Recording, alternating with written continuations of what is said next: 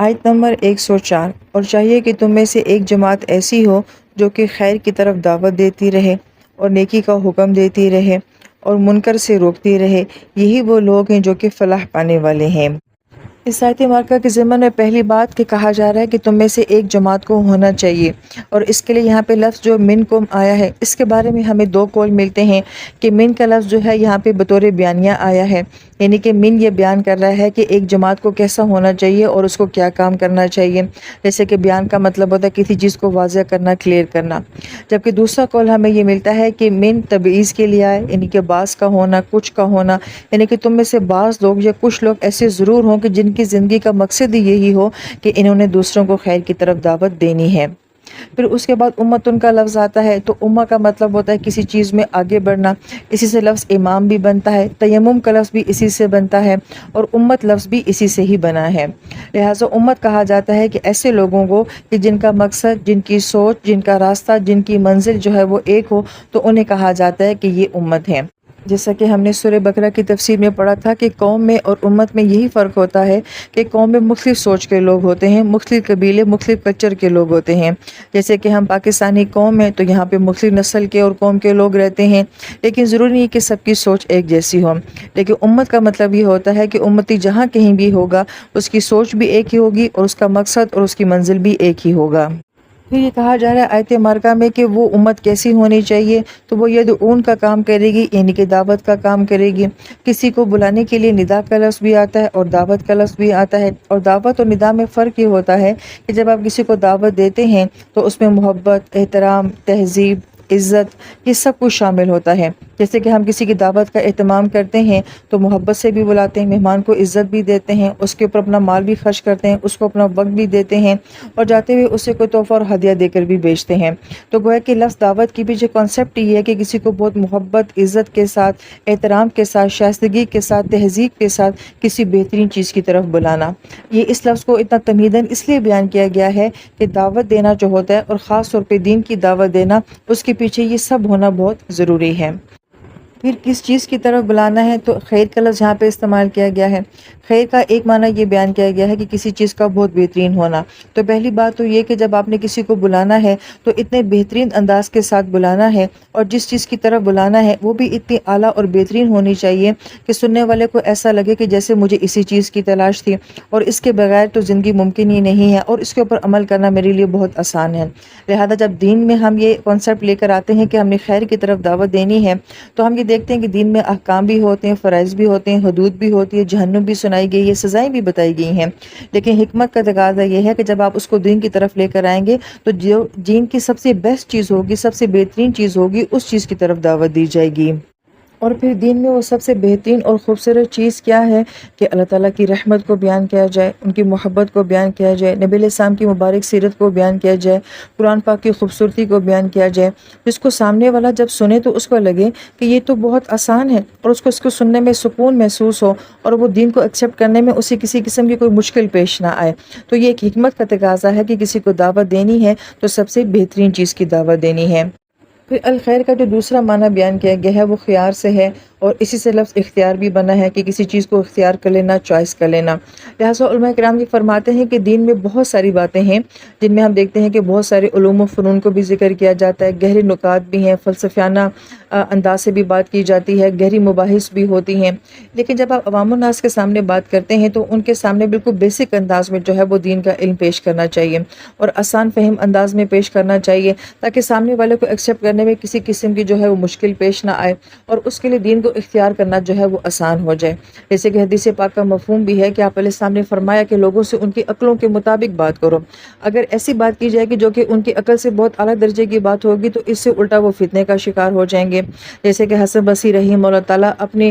درس میں رابعہ بصری رحمہ اللہ تعالیٰ کا جو ہے وہ انتظار کیا کرتے تھے، تو لوگ یہ کہتے تھے کہ آپ بات شروع کیوں نہیں کرتے، آپ ان کا انتظار کیوں کرتے ہیں؟ تو آپ فرمایا کرتے تھے کہ یہ ہاتھیوں کی خوراک ہے جو کہ اپرچونٹیوں کو نہیں دی جا سکتی، یعنی کہ سامنے کیسا شخص بیٹھا ہے، اس کا مینٹل لیول کیا ہے، اور پھر اس کے مطابق جو ہے وہ بات کرنا۔ لہٰذا جب آپ عوامی سطح پہ بات کرتے ہیں تو ایسے انداز میں بات کرتے ہیں کہ ان کے سامنے دین کے گہرے نکات اور بہت پیچیدہ مسائل اور بہت گہری مباحث جو ہیں وہ نہیں بیان کرنی چاہیے۔ سادہ اور عام انداز میں جو ہے لوگوں کو دین کی طرف دعوت دینی چاہیے۔ آپ علیہ السلام کی حدیث پاک کا مفہوم بھی آتا ہے کہ لوگوں کو خوشخبریاں سنانے والے بنو، لوگوں کو آسانیاں تقسیم کرنے والے بنو۔ لہذا جب آپ عوام الناس کے سامنے دین کو پیش کرتے ہیں تو دین کو آسان کر کے پیش کرتے ہیں۔ جب آپ کی اپنی ذات کا معاملہ آتا ہے تو آپ اپنی ذات کے لیے اعلیٰ معیار کو انتخاب کرتے ہیں۔ لہذا ہم اپنے قابلین کی زندگی میں دیکھتے ہیں کہ وہ ذاتی سطح کے اوپر خود کو تو بیسٹ سے بیسٹ، بہترین سے بہترین اور اعلیٰ سے اعلیٰ مقام کے اوپر لے جایا کرتے تھے، مجاہدہ بھی کرتے تھے، مشقتیں بھی کرتے تھے،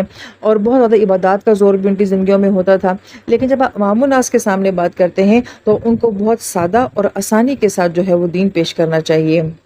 پھر آیت مبارکہ میں آتا ہے کہ یامرون بالمعروف، کہ وہ حکم دیتے ہیں نیکیوں کا۔ عام انداز میں ترجمہ تو اس کا یہی کیا جاتا ہے کہ یامرو امر سے ہے اور اس کا مطلب ہوتا ہے حکم دینا، لیکن امرہ کا ایک دوسرا معنی بھی بیان کیا جاتا ہے جس کا مطلب ہوتا ہے کسی کو رائے دینا۔ یہاں پہ ایک اہم نقطہ سمجھنا بہت ضروری ہے کہ اگر اس کا ترجمہ یہی کیا جائے کہ وہ نیکیوں کا حکم دیتے ہیں تو اس صورت میں بھی دیکھا یہ جائے گا کہ جو بات کرنے والا ہے، جو حکم دینے والا ہے، اس کا اختیار کتنا ہے اور وہ کس مقام کے اوپر ہے۔ مثلا اگر ایک دوست کو یہ بات کہتا ہے کہ تمہیں پڑھنا چاہیے اور سامنے والا کہتا ہے کہ میرا دل نہیں کرتا پڑھنے کو، تو لہٰذا دوست سے یہ بات کہہ سکتا ہے۔ لیکن اگر یہی بات کوئی استاد کہے کہ تمہیں پڑھنا چاہیے تو شاگرد یہ بات نہیں کہہ سکتا کہ میرا دل نہیں کرا، یا ماں باپ اگر کہیں بچوں کو تو بچے آگے سے یہ جواب نہیں دے سکتے۔ لہٰذا یہاں پہ یہ دیکھنا چاہیے کہ جو حکم دینے والا ہے اس کا اختیار کیا ہے اور اس کا مقام کیا ہے۔ ایک امیر المومنین جب کوئی بات کہے گا یا ایک ملک کا حکمران جب کوئی بات کہے گا تو ظاہری بات ہے اس کی بات جو ہے وہ آرڈر کا حکم رکھے گی۔ لیکن دین کے معاملے میں ہم جب کسی کو کوئی بات کہتے ہیں تو پھر دیکھنا پڑتا ہے کہ آپ کا کیا مقام ہے، کہ آپ سامنے والے کو آیا حکم دے سکتے ہیں یا نہیں دے سکتے۔ لہٰذا اس صورت میں پھر ہم اس کے دوسرے معنی کی طرف جاتے ہیں کہ پھر ہم سامنے والے کو ایک رائے دے سکتے ہیں، ایک سجیشن دے سکتے ہیں کہ آپ کو ایسا کرنا چاہیے، آپ کو دین کی طرف آنا چاہیے۔ نماز ایک بڑی خوبصورت چیز ہے، قرآن ایک بڑی پیاری کتاب ہے، تو آپ سامنے والے کو جب دعوت دیں گے تو یامرون کا وہاں پہ کیا معنی ہوگا کہ ہم سامنے والے کو ایک سجیشن دے رہے ہیں، ایک رائے دے رہے ہیں۔ پھر جب ہم یامرون کو اچھے طریقے سے سمجھ جاتے ہیں کہ یہ کس صورت میں حکم دینا ہوتا ہے اور کس صورت میں رائے دینا ہوتا ہے، تو پھر کس کی طرف جو ہے یہ حکم یا رائے دینی ہے؟ معروف کی طرف۔ اور معروف کا لفظ جو ہے وہ عرفہ سے ہے، اور عرفہ جو ہے اس کا ایک معنی بیان کیا جاتا ہے کہ جو مرغے کے سر کے اوپر اس کا سرخ رنگ کا تاج ہوتا ہے اس کو بھی عرفہ کہا جاتا ہے، کیونکہ وہ بہت پرومیننٹ ہوتا ہے، ابھرا ہوا ہوتا ہے۔ اسی سے ہماری قرآن پاک کی سورہ کا نام سورہ اعراف بھی ہے، اور اسی سے لفظ معرفت کا لفظ بھی نکلتا ہے کہ کوئی ایسی چیز یا ایسی جگہ کہ جس کو آپ پہچانتے ہو، جانتے ہوں، جو کہ سب سے بہت الگ اور بہت نمایاں ہو، جیسے کہ عرفہ کا میدان ہے تو اسی مناسبت سے بھی کہا جاتا ہے کہ وہ سب سے الگ، سب سے ہٹ کر بہت مختلف قسم کا جو ہے وہ مقام رکھتا ہے، تو اس لیے بھی اس کو عرفہ کہا جاتا ہے۔ اور اس کا ایک معنی جو عربی لغت میں بیان کیا جاتا ہے کہ گھوڑے کی گردن کی بال کو بھی جو ہے وہ عرفہ کہا جاتا ہے، اور اس لیے کہ وہ بہت خوبصورت ہوتے ہیں، اس کے پورے جسم میں سب سے نمایاں جو ہوتے ہیں وہ گھوڑے کی گردن کے جو ہیں وہ بال ہوتے ہیں۔ اور عرب لوگ جو ہوتے تھے وہ جو عورت بہت خوبصورت ہوتی تھی، جس کا چہرہ بہت نمایاں ہوتا تھا، تو اس کو بھی معرف کہا کرتے تھے۔ تو گویا کہ ان سب معنی کو دیکھا جائے تو کسی چیز کا بہت نمایاں ہونا، ویزیبل ہونا، خوبصورت ہونا، مختلف ہونا، یہ اس کے اندر ایک تاثر پایا جاتا ہے۔ تو جب یہ کہا جاتا ہے کہ یامرون بالمعروف، کہ وہ معروف کے بارے میں حکم دیتے ہیں یا رائے دیتے ہیں، تو ایسی چیز جو کہ بہت الگ ہو، بہت نمایاں ہو، بہت خاص ہو، بہت خوبصورت ہو، تو اس چیز کی طرف جو ہے وہ دین میں دعوت دینی چاہیے۔ ابھی تک کی آیت مبارکہ کے بارے میں جتنی بھی باتیں بیان کی گئی ہیں اس سے ہمیں جو بات سمجھ آتی ہے کہ اس کا مطلب ہے کہ دین کی طرف بلانا جو ہے یہ باقاعدہ ایک آرٹ ہے، یہ حکمت ہے، یہ ایک فن ہے، اور یہ بڑا گہرا کام ہے، بڑا خوبصورت کام ہے، اور بہت غور طلب اور بڑا سنجیدہ کام ہے کہ آپ نے کسی کو جب دعوت دینی ہے تو کس انداز میں دینی ہے اور کس چیز کی طرف دینی ہے۔ یہیں پہ علماء کرام ایک اور نقطہ یہ بھی بیان کرتے ہیں کہ کچھ معروف ایسے ہوتے ہیں کہ ایسی چیز جس کو سب لوگ معروف سمجھتے ہوں، اچھا سمجھتے ہوں، سب لوگوں میں جس کا تعارف ہو، اسی سے لفظ تعارف بھی بنا ہے، ایک ایسی ڈیسنٹ اور مہذب چیز جس کو سب بھی اچھا سمجھتے ہوں، تو اس کی طرف جب کسی کو بلایا جائے گا تو وہ ایک آسان ہوگا، یعنی کہ سامنے والے کے لیے ایکسیپٹ کرنا، اس کی طرف آنا آسان ہوگا۔ مثلا سچ بولنا، ماں باپ کا احترام کرنا، کسی کو دھوکہ نہ دینا، یہ ایک ایسی بیسک چیزیں ہیں جو کہ تمام مذاہب میں، ہر قوم میں اور ہر طرح کا انسان جو ہے وہ اس کو اچھا ہی سمجھے گا، تو گویا کہ ایک طرح سے تو یہ معروف ہو گیا۔ لیکن ساتھ ساتھ علماء کرام یہ بھی فرماتے ہیں کہ بعض اوقات سامنے والے انسان کو دیکھ کے معروف کا اندازہ لگایا جاتا ہے کہ اس کے لیے معروف کیا ہوگا۔ ایک 10 سال کے بچے کا معروف کچھ اور ہوگا، ایک 20 سال کے بچے کا معروف کچھ اور ہوگا، جبکہ 30 اور 40 سال کا میچور انسان جو ہوگا اس کے لیے معروف کچھ اور ہوگا۔ تو ہم سامنے والے کو دیکھتے ہیں کہ اس کے لیے کس چیز کو جو ہے معروف بنا کے دین کو اس کے سامنے پیش کیا جائے۔ لہٰذا ہم یہ دیکھتے ہیں کہ جب قرآن پاک نازل ہوتا ہے تو قرآن ایسی باتوں کو ہائی لائٹ کرتا ہے جو کہ سب کے لیے ایک جیسی تھی۔ مثلا یہ کہ یتیم کا جو ہے وہ احترام کیا جائے اور بچوں کو جو ہے وہ زندہ درگور نہ کیا جائے، اور تمام غریبوں کو جو ہے برابر کے حقوق دیے جائیں، رشتہ داروں کو اپنی وراثت میں حق دیا جائے، اور یہ ساری باتیں ایسی تھیں جو کہ کسی بھی سوسائٹی کے لیے بہت قابل قبول تھیں، اور اس میں کسی خاص طبقے کو ایڈریس نہیں کیا گیا تھا، بلکہ یہ معیار کل انسانیت کے لیے دیا گیا تھا کہ کسی قسم کا کوئی بھی شخص ہو، کسی بھی مذہب اور معاشرے سے تعلق رکھنے والا ہو، جب وہ اس کو سنے گا تو اس کو ایکسیپٹ کر لے گا۔ تو گویا کہ جب دین کی طرف دعوت دی جاتی ہے اور جب معروف کی بات کی جاتی ہے تو پھر اس میں کوئی خاص طبقہ نہیں آتا، بلکہ اس میں کل انسانیت آ جاتی ہے، اور قرآن نے اسی حکیمانہ انداز سے جو ہے وہ کل انسانیت کو دین کی طرف دعوت دی ہے۔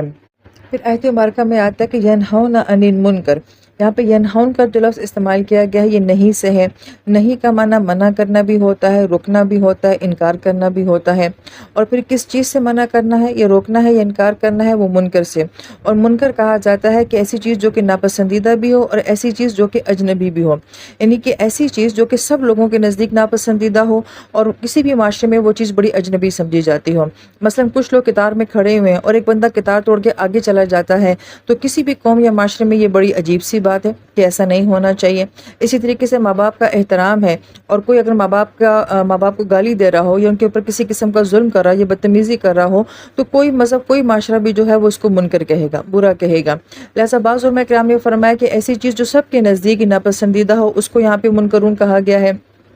اور پھر اس کے بعد یہ کہ یہاں پہ ینہون کا لفظ استعمال کیا گیا ہے، اگر اس کا معنی یہ ہو کہ وہ روکتے ہیں تو یہ ترجمہ بھی مناسب اس لیے زیادہ ہے کہ برائی کو صرف برائی کہنا ہی ضروری نہیں ہوتا، بلکہ برائی سے روکنا بھی جو ہے وہ ضروری ہوتا ہے۔ لہٰذا معروف کا حکم دینے کے ساتھ دوسرا عمل جو بیان کیا گیا ہے وہ یہ کہ وہ برائیوں کو یا منکر چیزوں کو جو ہے وہ معاشرے میں روکتے بھی رہتے ہیں۔